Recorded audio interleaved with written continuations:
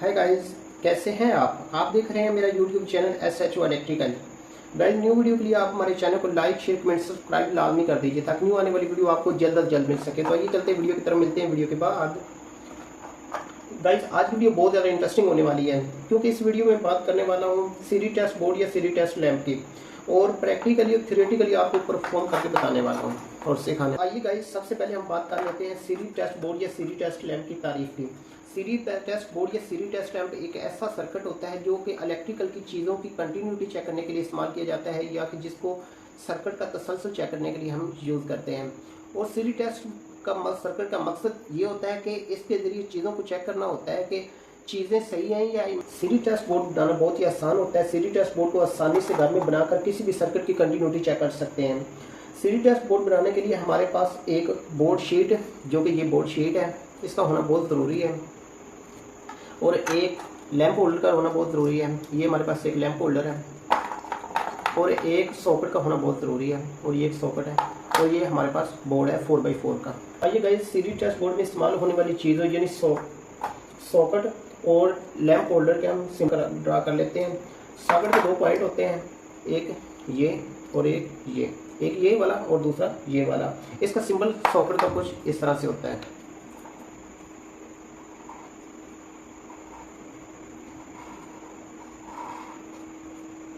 ये हमारे पास सॉकेट का सिंबल है, इसको हम सीरीज टेस्ट बोर्ड में जस्ट फेज देंगे। अब हम इसमें दूसरी जो चीज़ इस्तेमाल होती है वो एक लैंप होल्डर इस्तेमाल होगा। लैंप होल्डर के भी दो पॉइंट होते हैं, एक ये वाला और दूसरा ये वाला। इसको जब हम इस सर्किट में फेज और न्यूट्रल देंगे, इसका जो सिंबल होता है वो कुछ इस तरह से होता है। ये हमारे पास लैंप का सिंबल है और ये हमारे पास सॉकेट। आइए गाइस, अब हम सीरीज टेस्ट बोर्ड की सर्किट डायग्राम की ड्राइंग बनाते हैं और इसको समझते हैं।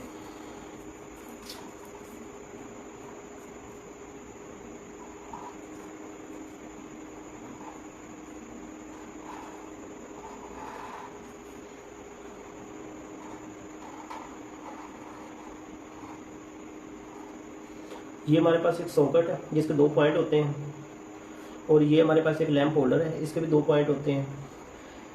सॉकेट के दोनों पॉइंट में से किसी एक पॉइंट पर हम फेज सप्लाई दे देंगे। ये मैंने फेज सप्लाई इसको दे दी, इसको लाइव वायर भी कहेंगे सीरीज टेस्ट बोर्ड में, ठीक है।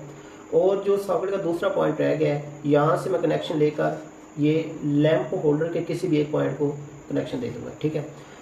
अब ये जो लैंप होल्डर का एक पॉइंट रह गया है, यहाँ से इस पॉइंट पर मैं न्यूट्रल दे दूंगा।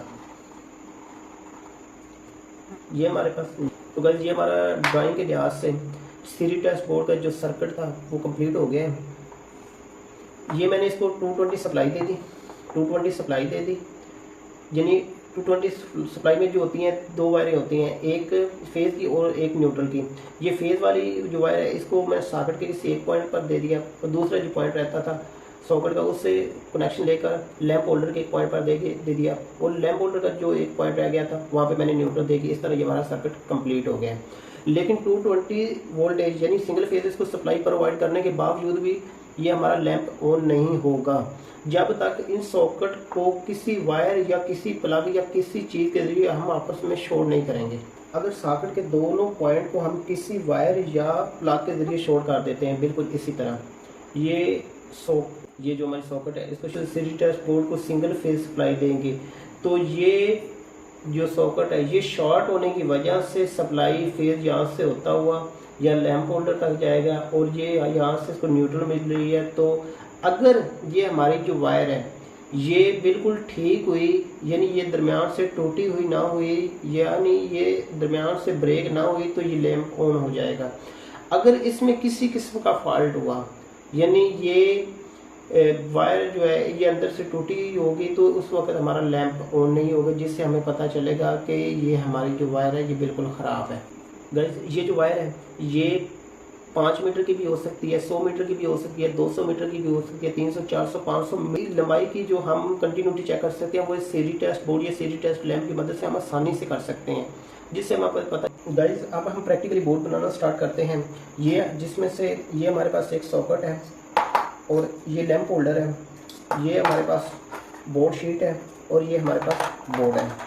और इस सर्किट को डिज़ाइन करते वक्त बनाते वक्त हमारे पास टेस्टर का होना ज़रूरी है और ये एक कम्बिनेशन प्लाई का होना ज़रूरी। तो गाइस देख सकते हैं कि ये हमारे पास बोर्ड शीट है, इस पर 2 होल्स अवेलेबल हैं, एक ये और दूसरे वाला ये। एक पर हम लैंप होल्डर की इंस्टॉलेशन करेंगे और दूसरे पर ये सॉकेट की 2 पिनें, एक ये और ये दूसरी ये वाली, इन पर जो ये नट लगे हुए हैं इनको हम ओपन कर लेते हैं।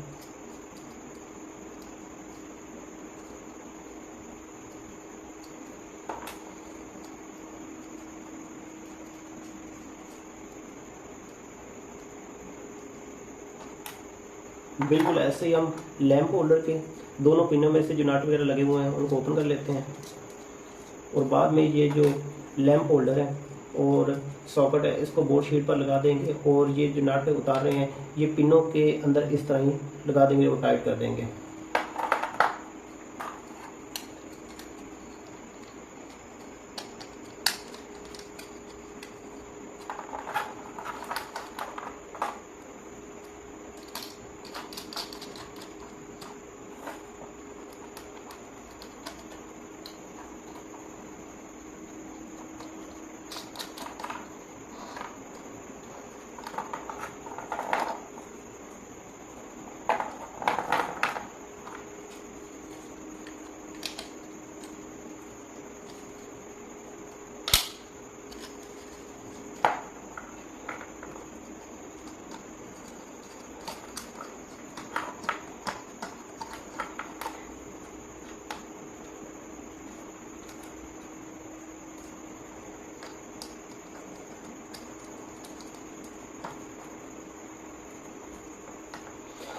तो गाइस ये हमारे पास बोर्ड की शीट पर मैंने लैंप होल्डर और एक सॉकेट की इंस्टॉलेशन कर दी है।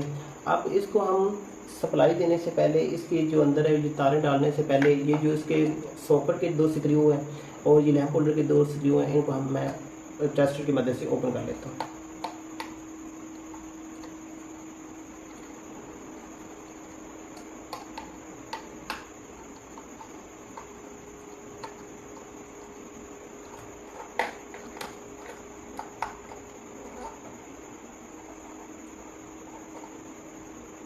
और डाल देता हूँ और ऊपर से ये टेस्टर की मदद से सीपीयू को टाइट कर देता हूँ। और ये जो सॉकेट का आउटपुट पॉइंट से हम ये वायर कनेक्शन ले रहे हैं ये लैंप होल्डर के दोनों पॉइंट में से किसी एक पॉइंट को दे देते हैं।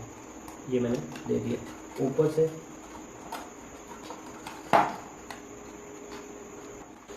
तो गाइस ये मैंने सॉकेट को फेज सप्लाई दे दी है, ठीक है, यानी फेज दे दिया, लाइव वायर दे दी है।